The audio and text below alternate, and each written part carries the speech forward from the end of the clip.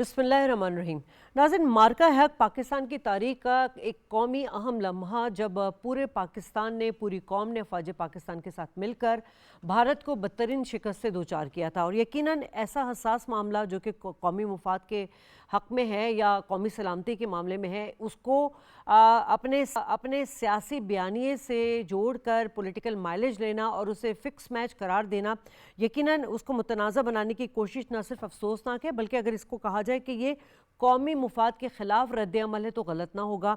बानी पीटीआई की जो हमशीरा हैं नौरीन ख़ान साहिबा, उन्होंने मार्का हक और अफ़वाज पाकिस्तान के मुताल्लिक़ इंतहाई मुतनाज़ा एक बयान दिया है और उन्होंने इल्ज़ाम लगाया कि जो मार्का हक है ये पाकिस्तान और मोदी के दरमियान जो है गठजोड़ था और मोदी चाहता तो इसे 2 मिनट में फ़िक्स भी कर सकता था। और ये भी उन्होंने इल्ज़ाम लगाया चूँकि पाकिस्तान इसराइल को तस्लीम करने वाला था, इसलिए भारत ने जो है पाकिस्तान पर हमला नहीं किया।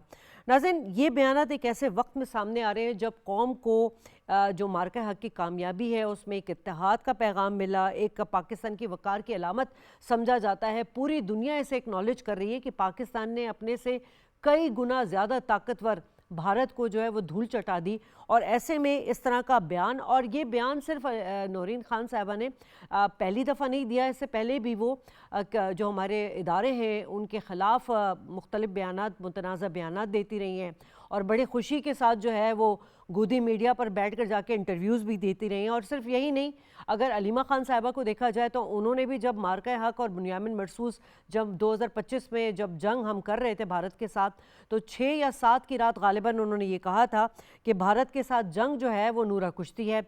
और कुछ मुझे तो ये फैमिली हिस्ट्री भी नज़र आ रही है, क्योंकि अगर बानी पीटीआई को देखा जाए तो इस किस्म के बयानात उनके भी नज़र आते हैं। जब इक़्तिदार में नहीं थे तो सिविल नाफरमानी की बात करते थे। अभी हालिया उन्होंने ओवरसीज़ को जो है रेमिटेंसेस देने का जो है ना देने का मशवरा दे दिया था और यकीनन ये पाकिस्तान की मईशत के ख़िलाफ़ एक इक़दाम समझा जाता था, प्रोवोक करने वाली बात थी। सो फितना हिंदुस्तान यानी कि भारत, जो कि पाकिस्तान का अज़ली दुश्मन है, इस तरह के बयानात से बड़ा खुश होता है और अपने जो गोदी मीडिया है वो उसको अपने प्रोपेगेंडे में शामिल भी करता है। सो सवाल यही करेंगे कि क्यों बानी पीटीआई की बहनें जो हैं वो गोदी मीडिया के साथ पाकिस्तान मुखालिफ प्रोपेगेंडे का हिस्सा बन रही हैं। मेरे साथ जो गेस्ट मौजूद हैं उनका तारुफ करा दूं। मोहम्मद नदीम कुरैशी साहब, तहरीक इंसाफ से ताल्लुक़ है आपका, बहुत शुक्रिया सर आपने वक्त दिया। अली गौहर बलोच साहब, पाकिस्तान मुस्लिम लीग नून से ताल्लुक़ है, हमारे साथ मौजूद हैं। जबकि अहमद मंसूर साहब स्टूडियो में हमारे साथ मौजूद हैं। तमाम मेहमानों को वेलकम कहूँगी। नदीम कुरैशी साहब, बड़ा ही अनफॉर्चुनेट है क्योंकि मार्का हक को जो है वो कौमी वहदत, अस्करी कामयाबी और पाकिस्तान की वक़ार की अलामत समझा जाता है। ये नौरीन ख़ान साहिबा ने जो कॉन्स्पिरेसी थ्योरी बना ली कि जी पाकिस्तान ने गठजोड़ किया मोदी के साथ और भारत चाहता तो फिक्स कर सकता था मोदी, और पाकिस्तान जो है वो इसराइल को तस्लीम करने जा रहे हैं। सर कहाँ से लेकर आते हैं वो ये सारे इनको जो आइडियाज़ होते हैं? बिस्मिल्लाह रहमान रहीम, बहुत शुक्रिया। देखिए, सबसे पहले हमने देखना ये है कि जब इंडिया ने पाकिस्तान पर हमला किया और पाकिस्तान की तरफ से ऑपरेशन बुनियाद मरसूस का आगाज किया गया, तो पाकिस्तान तहरीक इंसाफ की उस वक्त वो लीडरशिप जो जेलों से बाहर है, चेयरमैन गौहर खान साहब पाकिस्तान तहरीक इंसाफ और तहरीक इंसाफ के बानी इमरान खान साहब जो पाबंद सलासल हैं, अब 3 साल 5 अगस्त को उनको हो जाएंगे, उन समेत पूरी जमात ने क्या मौक़िफ़ इख्तियार किया। हमारा बड़ा वाज़ेह मौक़िफ़ था। हमारे अंदरूनी सियासी इख्तलाफात हो सकते हैं, हमारी जमात के साथ जो जुल्म, जो ज्यादती, जो जबर किया गया उसकी मिसाल तारीख में नहीं मिलती। तमाम तर तहफ़्फ़ुज़ात के बावजूद हम अपने मुल्क के लिए, अपनी सरहदों की हिफाजत के लिए अपनी अफवाज के साथ हैं ये और रहेंगे। और इस पर उस वक़्त DGISPR साहब की जो प्रेस कॉन्फ्रेंस आई, उन्होंने भी इसका इजहार किया कि बशमूल तमाम पॉलिटिकल पार्टीज, हर मकतबा फिक्र के लोगों ने, कैसे हो सकता है शादी सभा कि हम अपने अजली अबदी दुश्मन जो कभी नहीं चाहता यहाँ सी साथ से मुख्तलिफ साजिशें करता रहा है, हमारे खेलों के मैदान से लेकर हमारे बच्चों के स्कूल्स तक पे, हमारे पानी को बंद करने पर और फिर पानी छोड़कर सैलाब लाने की जिम्मेदारियां और हर महाज पर हमें तरह करने की जो कोशिश, मकबूजा कश्मीर में जो जुल्म और जहब किए, बलूचिस्तान में जो साजिशें, कलभूषण की सूरत में जो एक बहुत बड़ा सबूत है, हम कैसे उसको ये समझ सकते हैं वो पाकिस्तान का खैर खा हो सकता है। तो तहरीक इंसाफ का हमेशा से ये मौकिफ रहा और आज भी ये मौकिफ है। अच्छा, इसमें इसका कोई मतलब शक नहीं। सर, इसका मतलब ये हुआ, जो मेरी अंडरस्टैंडिंग है, कि नौरीन खान साहबा ने जो स्टेटमेंट गैर इंतहाई मुतनाज़ा जो ये बयान दिया है, पाकिस्तान तहरीक इंसाफ इसे ओन नहीं करी, कंडेम्ड करी है। देखिए, मैं आपसे गुजारिश करता हूँ, पहली बात तो ये कि नौरीन खान साहबा इमरान खान साहब की बहन है, हमारे लिए वो इज्जत की जगह पर है। लेकिन आपके इल्म में सारी दुनिया जानती है तहरीक इंसाफ में आप फैमिली पॉलिटिक्स नहीं है।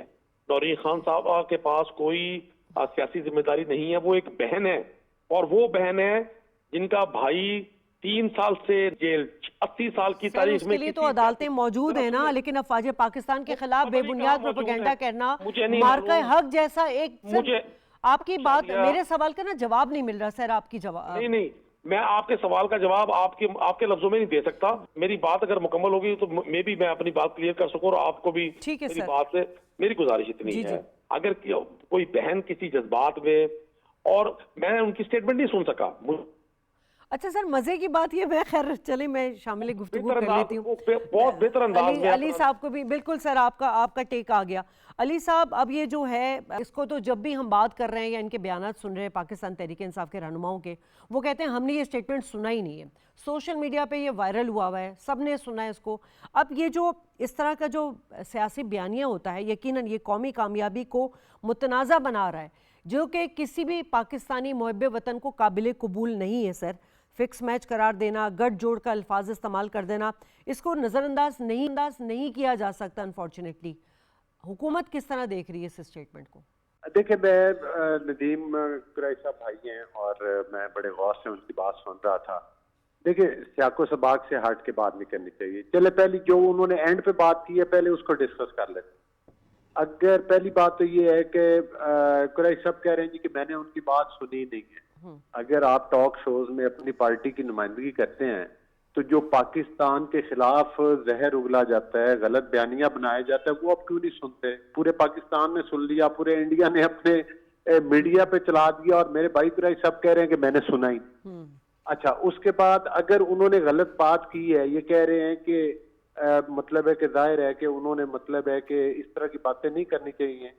तो पहली बात तो ये है कि नौरीन नियाज़ी साहिबा की तरफ से कोई ऐसा आया बयान कि मैंने ये गलती से कह दिया है, या मैं पाकिस्तान के खिलाफ जो जहरीला बयान दिया उसको वापस ले, या पूरी पीटीआई के किसी प्रेस रिलीज आई हो पूरी पीटीआई की तरफ से ऑफिशियल कि भाई हम इनके बयान से लाताल्लुकी करते हैं क्योंकि ये पाकिस्तान के खिलाफ है। तो देखें, गुजारिश ये है कि ये को पहली दफा नहीं हो रहा सब कुछ। ये तो खैर बहुत छोटी बात है, मतलब है कि अगर बराए में देखा जाए जो 9 मई के वाकयात हुए, देखे ना, पाकिस्तान के बदतरीन जो मुखालिफ हैं, जो दुश्मन हैं, जो दहशतगर्द हैं, उन्होंने भी इतने बड़े पैमाने पे फौजी तनसीबात पर हमले करने की जसारत आज तक की जिस तरह से पीटीआई ने की, और सिर्फ किस लिए? अपना इक़्तिदार हासिल करने के लिए। अगर अदालतें इनके हक में फैसले दें, ये आरटीएस सिस्टम के जरिए इलेक्शन में कामयाबी हासिल करे, उसके बाद अपनी हुकूमत बादशाहों की तरह चलाए, जिसको दिल करे जेलों में बंद कर दे, जिसके खिलाफ दिल करे अदालतों से ये फैसले करवा ले। उस वक्त के फैसले इनको अच्छे लगते थे जब ये बगले बजाया करते थे। आज के फैसले इनको गलत नजर आते हैं, क्योंकि आज जाहिर है 9 मई का एहतसाब हो रहा है, जो इनके अखबार के अंदर करप्शन केसेस बने, स्पेशली जिसमें इनकी लीडरशिप और पार्टी के लोग इन्वॉल्व थे, आज वो फैसले इनको अच्छे नहीं लगते। तो मैं समझता हूं कि ये मतलब है कि किस तरह का ये इंसाफ और आइन और किस तरह की ये जमहूरियत की बात करते हैं। जब भी अलीमा खान साहबा के बयान देती हैं, वो जाकर भारतीय मीडिया को ये सारी बहनें बैठकर इंटरव्यूज देती हैं, उसके बाद पाकिस्तान के खिलाफ एक बयानिया बनाया जाता है जिसको कि इंग्लैंड के अंदर और कहां कहां बैठकर मतलब है कि जिसको वो डिजिटल दहशतगर्दी बोला जाता है सोशल मीडिया के जरिए, उसमें ये लोग इन्वॉल्व हैं। तो गुजारिश करने का मकसद ये है कि ये कब जमहूरियत पसंद है? क्या ये जमहूरियत है कि हम पाकिस्तान के खिलाफ हरदा सराई करें? क्या ये जमहूरियत है कि अपने इदारों के खिलाफ जहर उगले? क्या ये जमहूरियत है कि हम 9 मई के वाकयात करें? क्या ये जमहूरियत है कि हम केपीके के सारे जो मतलब है कि गवर्नमेंट के फंड्स हैं, जो सरकारी जो वसाइल हैं, वो लेकर आप वफाक के ऊपर हमला आवर हो जाएं?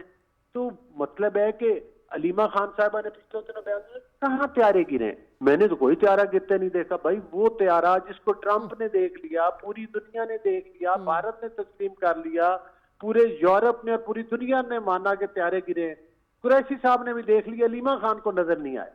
ठीक। असल में जो वो एक कहावत है कि जो ये ग्लासेस जिसको उर्दू में चश्मा बोलते हैं, ये एंटी होती हैं, ये दो तरह की होती है। एक बेनाई वाली होती है और एक माजरत के साथ एक बेहयाई वाली होती है। बेहयाई सिर्फ अल्फाज की हद तक नहीं होती, आंखों की हद तक और सोच की हद तक भी होती है। ठीक। और जब आप किसी मुल्क के खिलाफ हरदा सराई करते हैं तो वो फिर माजरत के साथ वो भी बातें कोई बाहया बातें नहीं होती, क्योंकि आपका मुल्क आपकी इज्जत होता है। जब आप खुद उसके ऊपर कीचड़ उछालते हैं तो वो आप हया की जो रेड लाइन है वो फिर आप क्रॉस करते हैं। ठीक है सर, आपकी बात सुनिए। अहमद मंसूर साहब, पाकिस्तान तहरीक इंसाफ में क्या पोलराइजेशन इतनी ज़्यादा बढ़ चुकी है कि जो कौमी सलामती जैसे मामलात होते हैं उसको भी आप सियासी इख्तलाफ का हिस्सा बनाते हैं, मौजू बनाते हैं? खैर, इससे होता तो कुछ नहीं है। मतलब पाकिस्तान का बच्चा बच्चा जानता है कि मार्का हक एक ऐसा मार्का था जिसे पूरी दुनिया ने तस्लीम किया और हमारी अस्करी क़यादत ने ज़ोर बाजू मनवाया उसे। लेकिन हो ये रहा है सिर्फ कि नौरीन खान साहिबा का जो स्टेटमेंट है वो गोदी मीडिया की जीनत बन रहा है, इससे ज़्यादा कुछ नहीं हो रहा। लेकिन ये कितना मनफी असर इसका पड़ता है? देखें, ये नौरीन खानम साहबा हैं या अलीमा खान साहबा हैं, वो अपनी तनकीद बड़ी ज़्यादा वो पहले भी करती रही हैं, लेकिन कभी ये रिएक्शन आपको इस तरह से नज़र नहीं आया। क्या वजह है? क्योंकि इस पे पाकिस्तान की जो पूरी कौम है वो यकसू है। ये पाकिस्तान के हर बच्चे बच्चे का ये फ़ख्र है, ये मार्का हक और ये जो तारीखी जो फतह है। और सिर्फ पाकिस्तान नहीं बल्कि पूरी दुनिया, आप देखें मंजरनामा बदल गया इस जो विक्ट्री के बाद। पाकिस्तान की सफारती अहमियत दुनिया के मामलात में, फिर अभी मिडल ईस्ट में आप देख लें तो क्या ये सब मिली भगत था? इतना ही भोंडा तरीन ये, मतलब आपने कोई और इल्ज़ाम लगाना हो, जैसे अभी बात कर रहे थे बलोच साहब कि वहाँ पे आप देखें उनके जहाज़ गिरे राफेल, तो वो नरेंद्र मोदी ऐसा कोई गठजोड़ करेगा कि वो अपने राफेल गिराएगा, वो अपने S-400 की बैटरी है वो तबाह करवाएगा, वो अपनी पूरी जो एयरफोर्स है इंडियन वो उसको सुबकी दिलाएगा कि वो कहीं नज़र नहीं आई, वो ग्राउंड हो गई। जो पाक फ़ज़ाइया की जो फ़ज़ाओं में बरतरी थी, पाकिस्तान की जो फ़ौज ने LOC पे उनके साथ हशर नशर किया, जो उनके जितने अहम टारगेट्स थे, उनका ब्रिगेड हेडक्वार्टर तबाह किया। तो हमारे JF-17 थंडर हैं, उनका कारनामा दुनिया ने देखा। J-10C चाइना, इसका इस मार्का हक से तो मुंसलिक सिर्फ इंडिया नहीं रहा, इससे तो पूरी दुनिया की जो एक जंगी हिकमत अमली है वो अब दोबारा एक तरह से रीराइट हुई कि अब कैसे फिर उसके बाद सबने फिर ईरान और अमेरिका की जंग में भी देखा कि किस तरह मिसाइल और ड्रोन टेक्नोलॉजी और उसके ऊपर सारी बात चली गई। तो पाकिस्तान ने जो अपनी एक फ़ौजी बर्तरी, इखलाकी बर्तरी, सफारती बर्तरी जो साबित की, वो नौरीन न्याजी साहबा के एक भोंडे से बयान से किसी के भी वो उसको कोई फर्क नहीं पड़ सकता। लेकिन ये रिएक्शन इसलिए ज़रूरी है कि इसकी गुंजाइश नहीं है। ये एक ऐसी रेड लाइन है कि इस पे बिल्कुल रिएक्शन होना चाहिए, पूछना चाहिए, बुलाना चाहिए, वजाहत मांगनी चाहिए। और जैसे अब ये PTI वाले अगर आप सारे दोस्त ये कहें कि भाई वो तो उनका ज़ाती हैसियत में है या उनका सियासत से कोई ताल्लुक नहीं है, ये तो आप आंखों पे में जो धूल झोंकने वाली बात है। वो करते आ रहे हैं, लेकिन बुशरा बीबी से लेके अब नौरीन खान साहिबा तक हम यही देख रहे हैं कि कभी उनकी अहलिया और कभी उनकी हमशीरा इस तरह के आके स्टेटमेंट देती रही। इनकी पार्टी, इनकी हुकूमत किन्होंने चलाई है? ट्रांसफर पोस्टिंग तक तो इन बहनों या उनकी अहलिया के अहकामात पे होता था, किसको नहीं पता था फराग होगी नेटवर्क का? तो ये सियासत, जो सियासी लोग हैं PTI में, ये इतने मजबूर हैं, इतने मजलूम हैं कि ये अपनी आवाज़ भी नहीं उठा सकते अपनी जो लीडरशिप के सामने। तो आज देखें इस वक्त भी वो इतनी भी उनमें हिम्मत और जुर्रत नहीं है कि पाकिस्तान के खिलाफ इतना वाज़े बयान है वो खोल के मजम्मत तक नहीं कर पा रहे।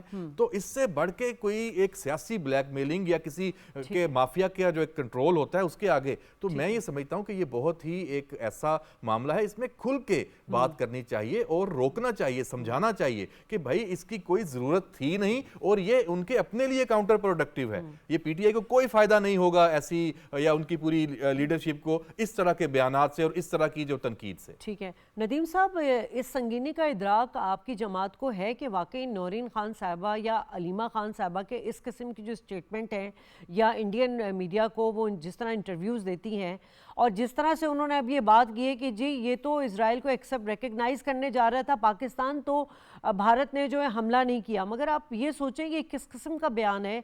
और साथ में उन्होंने ये भी ऐड ऑन किया कि जी ये तो सारा मामला मैस हुआ ईरान की वजह से। अरे भाई, जंग हुई थी 2025 में, ठीक है, ईरान का तो अमेरिका के साथ जंग और इजराइल जो है ये तो इस वक्त अभी चल रहा है, ये मामला सारे ये तो उनको पता ही नहीं है। लेकिन हम ये चाहते हैं सर कि आपकी अपनी जमात जो है इस मामले में कंडेम्ड कर रही है, कोई जिस तरह अली गौहर बलूच साहब ने कहा कोई प्रेस कॉन्फ्रेंस कर रही है, कोई प्रेस रिलीज कर रही है कि इस बयान से हमारा कोई ताल्लुक नहीं है, क्योंकि आप लोग ये कह के जान छुड़ा रहे हैं कि जी हमने ये स्टेटमेंट सुना नहीं, ये उन्होंने अपने भाई की मोहब्बत में जो कि पाबंद सलासल है इस वजह से दे दिया। लेकिन ये आपकी जमात को कितने मुश्किल में लेकर आ रही है।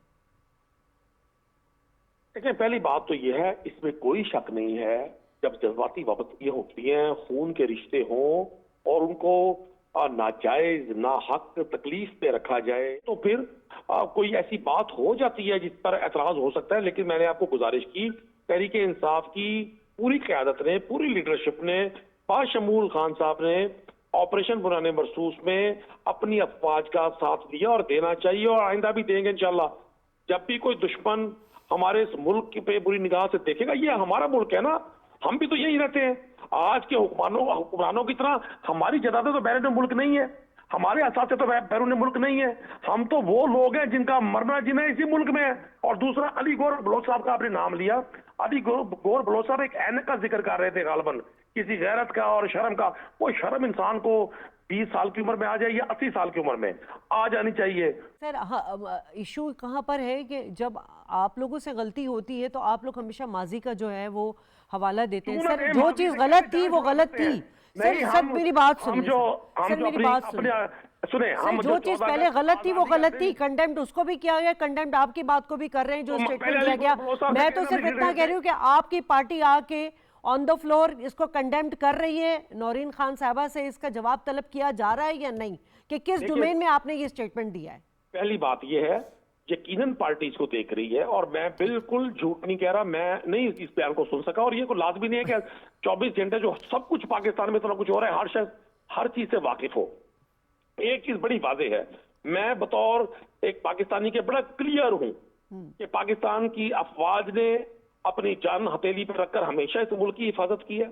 हम अपने उस जवान के साथ डटकर खड़े हैं जो सरहदों पर पाकिस्तान की हिफाजत कर रहा है। हमें किसी शख्स को भी खा वो साबिक वजीर आजम हो, खा वो मौजूदा वजीर आजम हो, कोई भी शख्स हो, उसको अपनी सियासत की भेंट इन चीजों को नहीं चढ़ाना चाहिए। शहीद कौम की हयात होते हैं। बात तो सिर्फ यहाँ ये हो रही है कि पाकिस्तान मुखालिफ जो बयानिया, जो प्रोपेगेंडा है जिसे भारतीय मीडिया या भारत अपने नैरेटिव का हिस्सा बना रहा है, अपनी मीडिया की जीनत बना रहा है। और आप खुद कह रहे हैं कि जी नौरीन साहबा जो हैं वो भाई की मोहब्बत में इस तरह का बयान दे चुकी, यानी कि ये तो ज़ाती मुफाद में आप अपने मुल्क और कौम की खातिर जो है उसके सलामती के मामलात को पर सवालात उठा रहे हैं। मैं ज़रा अली गौहर बलूच साहब को भी शामिल गुफ्तगू कर लूँ। सर ठीक है, बहुत सारी बातें होती हैं, मीडिया फोरम पर भी होती हैं और बात वही होती है कि तनकीद बराए इस्लाह होनी चाहिए।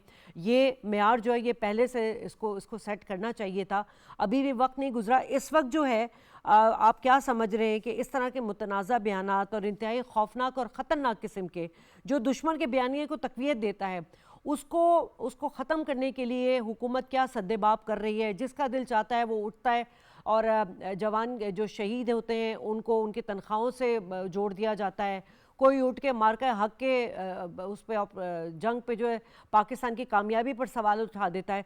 तो कि कोई कानूनी चारा जो आप लोग कर रहे हैं? वैसे तो नौरीन साहबा को FIA साइबर क्राइम ने नोटिस भी लिया और उनको बुलाया भी था, सुबह वो नहीं पहुंची। देखिए, सूरत-ए-हाल ये है कि मैं भाई नदीम कुरैशी साहब की बात बड़े गौर से सुन रहा था। बेहतर होता कि वो मेरी और आपकी बात का एक अच्छे अंदाज में कोई जवाब दे देते, कोई मजम्मत कर देते, लेकिन वो उन्होंने दाएं बाएं की बातें घुमाकर और उन बातों को मतलब है कि वो गोल कर दिया असल बात को और वो जनाब फलां ने ये बात कर दी। मैं आज भी इस फोरम पे बैठ के बात कर रहा हूँ। कि पाकिस्तान और इंडिया की जो अवाम है, मैं नहीं समझता कि उनके बारे में कोई पाकिस्तान के अवाम के दिल में कोई बुग़्ज़ हो, पाकिस्तानी हुकूमत के दिल में कोई इंडिया के अवाम के बारे में बुग़्ज़ हो। हम एक पुरअमन मुल्क है और हम ये चाहते हैं कि हर मुल्क पुरअमन तरीके से रहे, हमारे चाहे पड़ोसी हैं वो पुरअमन तरीके के साथ रहें, और हम चाहते हैं कि सरहदों की, तमाम की सरहदों का, मुल्कों की का एहतराम किया जाए। लेकिन ये बदकिस्मती है कि जब से ये खास तौर पर मोदी सरकार आई है और जिस तरह से कि पाकिस्तान ने अल्लाह ताला के फजल करम के साथ और आसिम मुनीर साहब की क़यादत में जिस तरह से मार्का हक में कामयाबी हासिल की है, तो उसके बाद वो बुखलाहट का शिकार है। अब उनके बयानिए को तकवीयत कौन दे रहे हैं? वो पार्टी, वो पॉलिटिकल पार्टी जो सिर्फ और सिर्फ इक़्तिदार चाहते हैं। क्या कहा था बानी पीटीआई ने जब उनको अदम एतमाद के जरिए हटाया गया था? उन्होंने कहा था कि मैं तो जनरल बाजवा को जो है वो लाइफ टाइम देने के लिए तैयार हूँ, एक्सटेंशन। तो वो किस लिए? कि मेरा इक़्तिदार मुझे दे दें या इक़्तिदार में मुझे लाकर बिठा दें छीन कर। इसी तरह से कभी वो जनाब उसको बोलते थे कि ये जो है वो क्या कहते हैं कि ये वो कौम का पता नहीं बाप होता है या क्या होता है, और कभी ये बोलते हैं कि जनाब वो जो आर्मी चीफ है जनाब उसको कभी मीर जाफर कह दिया, मीर सादिक कह दिया। मतलब है कि बात तो वो होनी चाहिए जिससे खुशबू आए, लेकिन माजरत के साथ इनकी लीडरशिप ने जब भी बात की है इंतहाई जलन वाली बात की है, जली हुई बात की है, पाकिस्तान के इदारों के खिलाफ बात की है, पाकिस्तान की अवाम का दिल दुखाया है, हर लिहाज से पाकिस्तान को नुकसान पहुंचाने की कोशिश की, चाहे वो इक़्तिदार में आए चाहे वो अपोजिशन में रहे। तो मैं समझता हूं कि ये जो मामलात हैं ये इस तरह से नहीं, जमहूरी कुव्वतें जो होती हैं वो जमहूरी तरीके के साथ चलती हैं। आप 15 साल से हुकूमत में हैं केपीके के अंदर, पाकिस्तान के ऊपर आपको चाहे नजायज तरीके से मिला, हुकूमत करने का मौका मिला, आप कोई अच्छी अपनी यादें छोड़कर जाएं। पिशावर में आज भी देख लें, फॉरेंसिक लैब तक नहीं बनी हुई, ये हालात हैं, पैसा पता नहीं किधर वो खा जाते हैं पूरे केपीके की हुकूमत वाले, और वहां पर आज तक जो है वो मतलब है कि कोई एक सेफ सिटी पिशावर को भी नहीं बना सके। ये नदीम कुरैशी साहब को भी पता है। तो नदीम कुरैशी साहब इंतहाई समझदार इंसान है, मुझे इनकी ज़ात से कोई गिला नहीं है, लेकिन मैं समझता हूं कि ये जो इनकी पार्टी और इनकी जो लीडरशिप है वो जिस तरह से इनके बानी पीटीआई की जो बहनें हैं या उनके बाकी लोग हैं, जिस तरह से ये पाकिस्तान के खिलाफ जहर उगलते हैं, खुदारा हम पॉलिटिकल पार्टीज हैं, हमें गालियां दे लें, जो मर्जी कह लें, हम फिर भी जो है मतलब है चले दरगुजर करेंगे, लेकिन पाकिस्तान के खिलाफ, शहदा के खिलाफ, मार्का हक के शहीदों के खिलाफ, और वो लोग जो सरहदों पे मतलब एक नौजवान जिनके मासूम बच्चे हैं, किसी की शादी को महीना हुआ है, किसी के 2-3 साल के बच्चे हैं और वो जामे शहादत नोश कर रहे हैं, और आप उन लोगों के खिलाफ बयानात दे रहे हैं। अगर आप उनके मज़ारों पर फूल नहीं चढ़ा सकते, उनके लिए दुआ नहीं कर सकते, तो कम से कम अपनी जबान को तो लगाम दे के रखें ना, जो लोग इस तरह की बातें करते हैं। ठीक है, तो मतलब है कि ये इससे बढ़ के मैं क्या कह सकता हूँ नदीम कुरैशी साहब। अच्छा अहमद मंसूर साहब, रोज़ाना की बुनियाद पर हमारे जवान जो हैं वो शहादतें दे रहे हैं। इस वक्त हम एक तरफ खैबर पख्तूनख्वा में और दूसरी तरफ बलूचिस्तान में हम दहशतगर्दी से नबर्दाज़मा हैं। इस वक्त कौमी बयानिया जो हमारा है उस पर बहुत ज़रूरी है, और बहुत अरसे पहले हम ये बात करते हैं नेशनल एक्शन प्लान की कि इसमें जब तक मनोअन अमल नहीं होगा हम दहशतगर्दी का ख़ात्मा करने में हमें बड़े हिचक होंगे। इस वक्त आप क्या समझ रहे हैं कि कौमी ज़ाती मुफाद और इक़्तिदार के हुसूल के लिए मुल्क दुश्मन एजेंडे को के बयानिए को तक़वियत देने के लिए बिल्कुल किसी भी ज़ीरो टॉलरेंस होनी चाहिए? क्या आपके पास तजवीज़ हैं कि ये इक़दाम ज़रूरी हैं कि माजी में जो हुआ सो हुआ इस वक्त हाल में, लेकिन मुस्तक़बिल में बिल्कुल इसकी गुंजाइश ही नहीं है? जी बिल्कुल, ये सूरत हाल यकीनी तौर पे बहुत ही ज़्यादा चैलेंजिंग है इस वक्त। पाकिस्तान को एक दफ़ा फिर जो दुश्मन जितने भी हैं वो एक कहते हैं ना कि सेम पेज, हम अपने मुल्क में तो बात करते हैं, पाकिस्तान के ख़िलाफ़ सारे दुश्मन सेम पेज पे हैं, और इस वक्त एक ग्रेट गेम एक तरह से पाकिस्तान के ख़िलाफ़ लॉन्च हुई है। उसमें इंडिया, इसराइल और आपका जो मगरबी हमसाया और अफ़गान तालिबान रजीम उसमें शामिल है, और इंटरनल फैक्टर्स भी उसमें शामिल हैं। तो ये जो कौमी यकजहती या कौमी बयानिया है, ये सब की कौमी ज़िम्मेदारी है।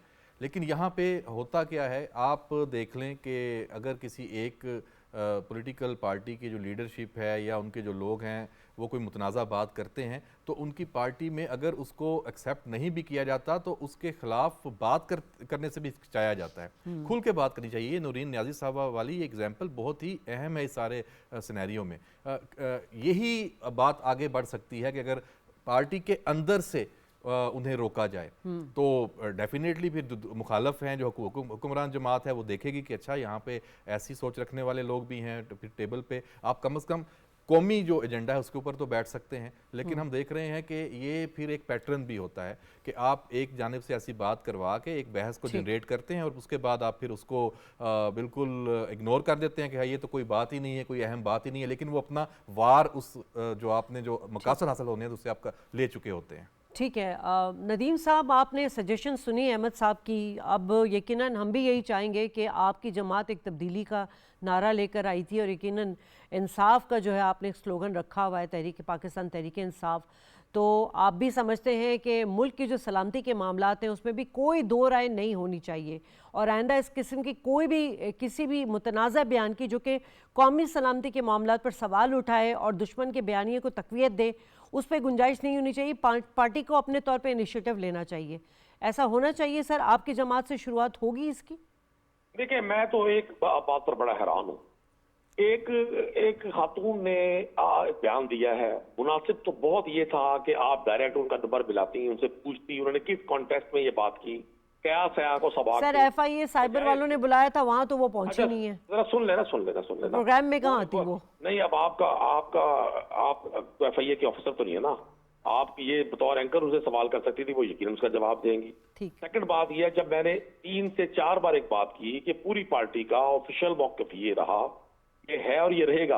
अच्छा, मेरी उस बात की अहमियत नहीं है जो मतलब जिस फिक्र पे आप लेके जाना चाहती हैं। मैं तो हैरान इस बात पर हूं कि हुक्मरानों के पास अब पब्लिक वेलफेयर की कोई बात नहीं है। वो किसी भी स्टेटमेंट को लेते हैं, पूरा हफ्ता उस पर बयानात चलते हैं, सारे बुजरा कमर बांध के कस लेते हैं। वो ये नहीं बताते कौम को कि IPP जो इस मुल्क के साथ कर रहे हैं, हमने इसका हल क्या निकाला। इस मुल्क में जो आबी ज़खायर खत्म हो रहे हैं, हमने इसका हल क्या निकाला। हम कौमी वसाइल बेचकर कर्जों। सर, आपकी जमात इक़्तिदार में थी ना 4.5 साल, आपको मौका मिला था ना, आप लोगों ने क्या हल निकाला? जी, आप जैसे मेरे दोनों फाजिल दोस्तों को सुनती हैं, अगर मुझे भी सुनेंगी तो बड़ा कोई प्रोग्राम की रेटिंग में तो फर्क नहीं पड़ेगा। मैं तो हल ढूंढना चाह रही हूँ ना, मैं तो सवाल इसलिए कर रही हूँ कि कोई तसल्लीबख्श जवाब मिले। हल हुक्मरान बताते हैं, अपोजिशन की वो जमातें नहीं बताती जिनकी लीडरशिप जेलों में हो और जिनके चालान मुर्तब करके कोर्ट्स में ना पेश किए जा रहे हो, जो अदालतों की तरफ उम्मीद निगाह से देखते हो और मौजूद जज साहबान केसेस ना सुनते हो। सर, अब अदालतें तो खैर आपके बानिए PTI के लिए भी गुड टू सी यू कह चुकी हैं और बड़ा प्रिविलेज दे चुकी हैं। बात सर कहीं से कहीं चली जाएगी। मैं तो चाहती हूँ सर, पाकिस्तान की जितनी भी सियासी जमातें हैं वो अपनी अपनी पार्टी में ये एक मतलब एक उसूल बना लें और सख्त कानून बना लें कि जी जितने भी सियासी इख्तलाफात हैं वो अपनी जगह, लेकिन कौमी सलामती के मामलात पे किसी किस्म के बयानात इस तरह नहीं दिए जाएंगे। सबसे पहले माफी मांगे प्राइम मिनिस्टर साहब के लिए, मेरे जिस मेरे फैमिली मेंबर ने अपने में अपने जो कुछ ठीक सर, आपका पॉइंट आ गया सर, और यकीनन डिस्कशन जो है वो कंक्लूजन पे तो नहीं पहुंच पा रही है, लेकिन बात सिर्फ इतनी है कि जितने भी सियासी इख्तलाफात हैं वो अपनी जगह पर हैं। और मैंने जैसे कि कहा कि तनकीद बराए इस्लाह अपोजिशन जमात होती इसलिए है कि वो हुकूमत को जो है वो बेहतर कामों के लिए फोर्सफुली उनको उस तरफ लेकर आए और पाकिस्तान की इस्लाह और पाकिस्तान की तरक्की के लिए काम कराए, ना कि ऐसा मखसूस बयानिया दे जिसका महवर सिर्फ ज़ाती मुफाद हो या फिर उस नैरेटिव को जो है वो हमारा दुश्मन भारत जो है वो कैश कराए। नदीम कुरैशी साहब, अली साहब, आपका शुक्रिया। ब्रेक के बाद वापस आऊँगी तो दूसरे सेगमेंट पर बात होगी।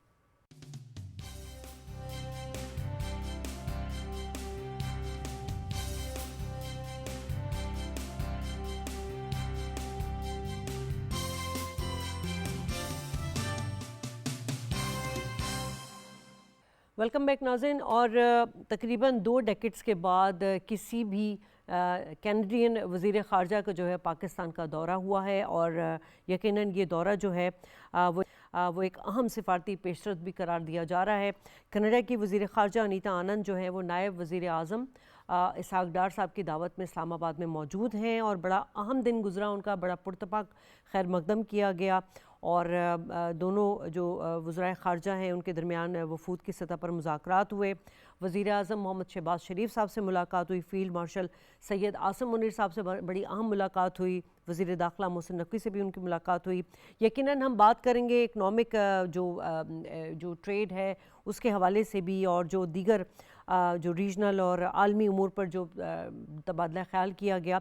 और यकीनन ऐसे वक्त में जब आलमी सियासत में एक नई सफ़बंदी हमें नज़र आ रही है और इस दौरे का मकसद जो है वो सफारती मुलाकात होगा, पाकिस्तान और कनाडा के ताल्लुकात जो हैं वो नई समत में जाते हुए नज़र आएंगे। लेकिन एक और नहायत अहम दौरा जिसका मैं जिक्र करना चाहूँगी, ईरान के वज़ीर दाखिला सिकंदर मोमनी आला सतह वफ़द के हमरा इस वक्त इस्लामाबाद पहुँच चुके हैं और वज़ीर दाखिला मोहसिन नकवी ने उनका एयरपोर्ट पर खैर मकदम किया और वज़ीर मुमलिकत दाखिला तलाल चौधरी साहब भी उनके साथ मौजूद थे।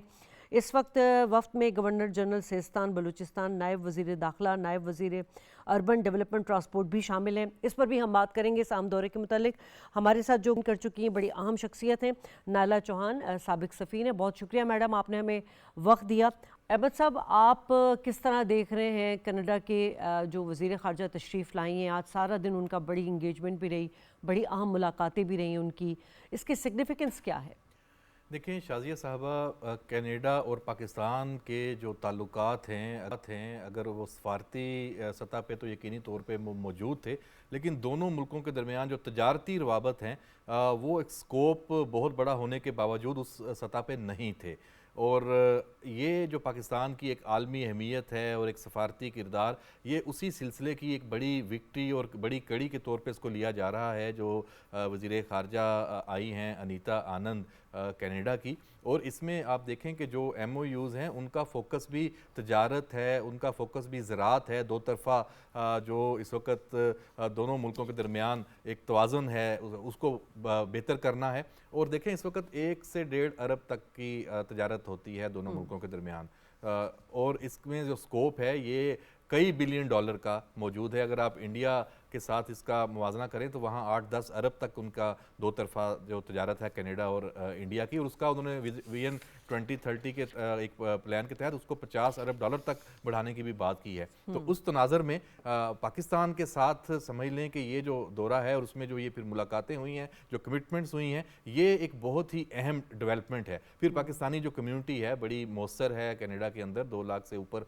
पाकिस्तानी वहाँ पे, और वहाँ के जो उन्होंने सिटीजनशिप भी ली हुई है और आइंदा के लिए भी बहुत सारे मौके मौजूद हैं, क्योंकि कनाडा इस वक्त वो एक डेस्टिनेशन है पूरी दुनिया में तमाम जो तारकीन वतन हैं उनके लिए, जहाँ पुरकशिश वहाँ पे पैकेजेस और वहाँ पे अपनी ज़िंदगी दोबारा से उसको बेहतर करने के जो मौके हैं वहाँ मौजूद हैं, रोज़गार के मौके मौजूद हैं। तो इसमें भी बिल्कुल एक आप समझ लें कि बहुत गुंजाइश मौजूद है कि पाकिस्तान से यहाँ से एक जो स्किल्ड लेबर है, जो क्वालिफाइड हमारा ह्यूमन रिसोर्स है, वो कनाडा वहाँ जाए, उसके और मौके वहाँ पे बढ़ें। तो ये विज़िट है, ये बहुत अहम है। और फिर जो इस वक्त आलमी सूरत हाल है, इलाकाई सूरत हाल है, उसमें भी यकीनी तौर पे जो बातचीत हुई है, जैसे इसहाक डार साहब ने कहा कि कश्मीर के हवाले से बात हुई है, इंडस वाटर ट्रीटी के हवाले से, क्योंकि पाकिस्तान के लिए इस वक्त ये बहुत ही अहम मामला है और कनाडा की उसमें आप देखें कि बहुत अहमियत है इस सारे मामले में। इंडिया का जो वहाँ इन्फ्लुएंस है, वहाँ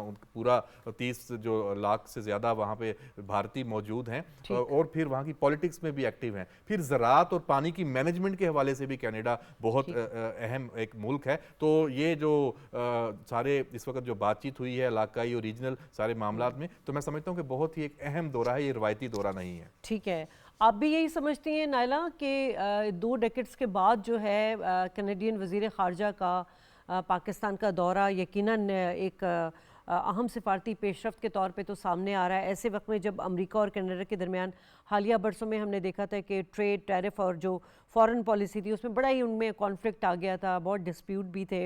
अब ऐसे में अनीता आनंद का दौरा पाकिस्तान, क्या कोई नई सिमत जनूबी एशिया में नज़र आ रही है? क्या कनाडा की जो है आज़ाद सिफारती हमें ताल्लुकात अब जनूबी एशिया के साथ होते हुए नज़र आ रहे हैं? बहुत शुक्रिया अपने प्रोग्राम में मुझे मदऊ करने का। ये एक बहुत अहम दौरा है, लेकिन हमें ये मद्देनज़र रखना चाहिए कि कनाडा के साथ हमारा बायलैटरल कंसल्टेशंस का मैकेनिज़्म है और ये 6th round of bilateral consultations था, but I think this is the first time कि ये फॉरेन मिनिस्टर्स लेवल पे हुआ है, अमूमन फॉरेन सेक्रेटरी लेवल पे होता था। सो ये एक अपग्रेडेशन है उसकी, सो उसकी बहुत अहमियत है।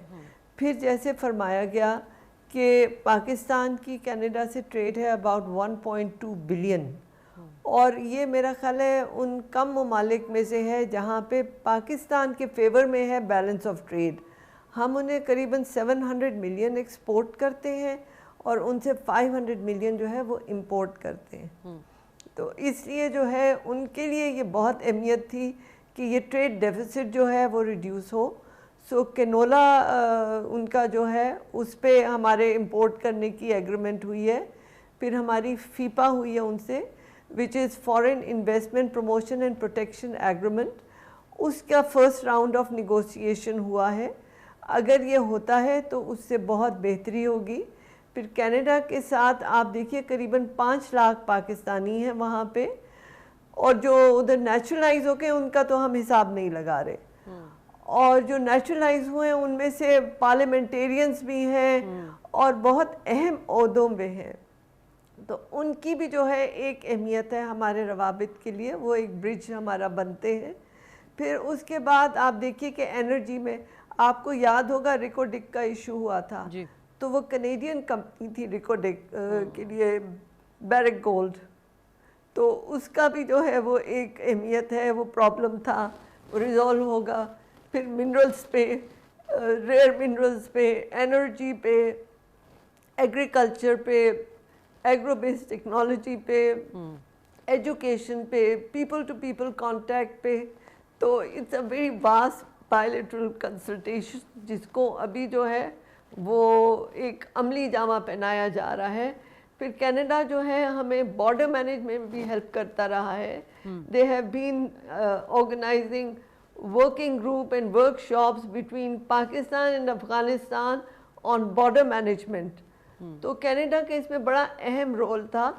When I was in Canada we were doing these workshops. So अब जो है उसकी और भी अहमियत है given the situation in Afghanistan. So Canada के साथ हमारा बड़ा मल्टी फेसेटेड जो है वो रिलेशनशिप है। ठीक है अहमद साहब, अब जिस तरह अगर मैं सूरत हाल है उसकी बात करूं और पाकिस्तान जिस तरह से अपना एक कलीदी किरदार जो है वो एक बहुत बड़े मिडिल ईस्ट के डिस्प्यूट में जो है वो अदा कर रहा है, और अभी ईरान के वज़ीर दाखिला भी बड़ा आला सतह का वफ़द लेकर पाकिस्तान पहुँचे हैं, आपको क्या लग रहा है अब कनाडा के साथ अभी जो ये सिफारती ताल्लुकात बढ़ रहे हैं, अब ये एक सिर्फ रिवायती ताल्लुकात शराकत दारी के बजाय हमें ये नज़र आ रहा है कि कनाडा अब पाकिस्तान को ऑब्ज़र्व कर रहा है एक रीजनल स्टेक होल्डर और मुमकिन है सिफारती पार्टनर्स के तौर पर? देखिए ये बड़ी अहम डेवलपमेंट है। कैनेडियन वज़ीर ख़ारजा और उसी मौके पे ईरान के वज़ीर दाखिला।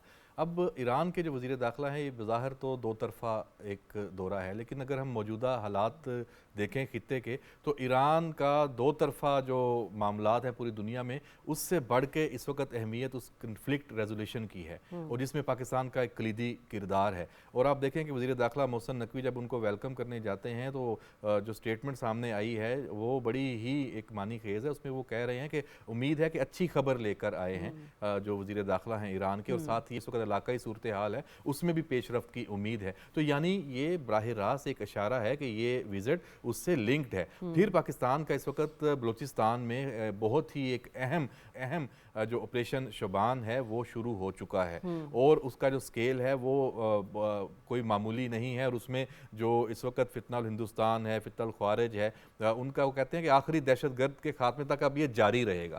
यानी ये अब मंतकी अंजाम तक पहुंचाए बगैर ये कार्रवाई ख़त्म नहीं होगी। उसमें भी फिर ईरान का रोल आपको मालूम है कि जो उनके गवर्नर भी साथ अगर आए हैं जिनकी बात आप करें तो वो बलूचिस्तान से मुल्हिका सिस्तान के, तो डेफिनेटली जब ये जो बफर जोन्स होते हैं मुख्तलिफ ममालिक में बॉर्डर्स में जहाँ पे इस तरह की जो दहशतगर्दी है ये तंजीमें हैं वो फ़ायदा उठाती हैं, तो वो उसके हवाले से भी यकीनी तौर पे इस वक्त बात होगी कि इंसदाद दहशतगर्दी के ताउन के हवाले से भी, और बाकी यकीनी तौर पे जो तजारत है और बाकी मामलात हैं वो तो हैं ही हैं। और ईरान इस वक्त पाकिस्तान का जिस तरह से शुक्रगुजार है, उसका फिर जो इजहार है वो किया है जो वज़ीर दाखिला पाकिस्तान आए हैं। फिर इनकी जो मुलाकातें हैं वो बड़ी अहम है, फील्ड मार्शल से भी होगी, वज़ीर आज़म शहबाज शरीफ से भी होगी। तो मैं समझता हूँ कि ये विज़िट हो गया या कैनेडियन जो वज़ीर ख़ारजा का विज़िट है, ये ओवरऑल जो इस वक्त खित्ते की सूरत हाल है उससे आप इसको डी लिंक नहीं कर सकते। ठीक है नायला, आपकी रीडिंग क्या कह रही है कि ये जो ईरानी वज़ीर हैं बड़ा आला सतह का वफ्द लेकर आए, जिस तरह अहमद मंसूर साहब ने भी जिस जानिब इशारा किया कि ऑपरेशन शाबान भी मौजूद है, और यकीनन जो एक इंटेलिजेंस बेस्ड शेयरिंग होती है, इस तरह के जो ऑपरेशंस होते हैं उसके लिए जो गवर्नर जनरल सेस्तान मौजूद हैं। लेकिन साथ साथ उन्होंने कहा है मोहसिन नकवी साहब ने कि हमें उम्मीद है कि आप कोई अच्छी खबर भी लेकर आएंगे वज़ीर दाखिला से, तो क्या ईरानी वज़ीर दाखिला से, तो आपकी रीडिंग इस पे क्या है? देखिए, मैं दो विजिट्स को कंफ्यूज नहीं करूँगी। जो कि कैनेडियन विजिट है वो 6th round of bilateral consultations है, which is already an established mechanism.